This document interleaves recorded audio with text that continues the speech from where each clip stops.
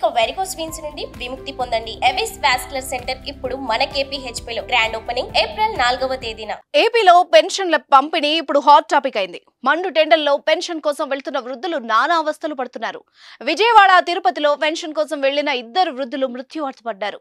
ఇటువంటి సంఘటనలపై జనసేనాని పవన్ కళ్యాణ్ స్పందించారు.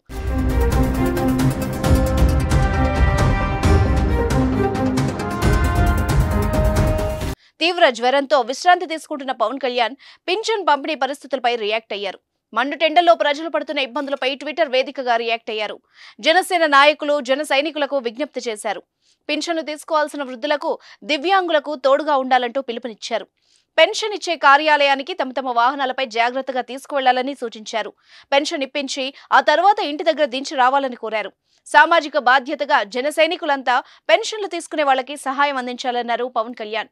జనసేన శ్రేణులతో పాటు కూటమిలో భాగమైన టీడీపీ, బీజేపీ కార్యకర్తలు, నాయకులు ఈ కార్యక్రమంలో పాలు పంచుకొని ప్రజలకు తోడుగా నిలవాలని ఆకాంక్షించారు. ఎన్నికల కోడ్ కారణంగా వాలంటీర్లందరూ పెన్షన్ పంపిణీకి దూరంగా ఉంటున్నారు.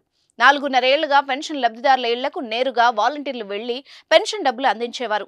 అయితే వాలంటీర్లు నేరుగా డబ్బులు ఇవ్వొద్దని ఎలక్షన్ కమిషన్ ఆదేశాలు జారీ చేసింది. దీంతో సచివాలయాల వద్దకు వెళ్లి పెన్షన్ తీసుకునే పరిస్థితి ఏర్పడింది. అయితే ఎండాకాలం కావడంతో సచివాలయానికి వెళ్లి పెన్షన్ కోసం వేచి ఉండడంతో వృద్ధులు ఇబ్బందులు పడుతున్నారు. అయితే సచివాలయంలో టెంట్లు వేయడం, మంచినీటి సరఫరా చేయడం వంటి సౌకర్యాలు అధికారులు కల్పిస్తున్నారు. అయినప్పటికీ ప్రజలు ఇబ్బందుల్ని గమనించి వాళ్లకు సహాయం అందించాలని పవన్ కోరారు.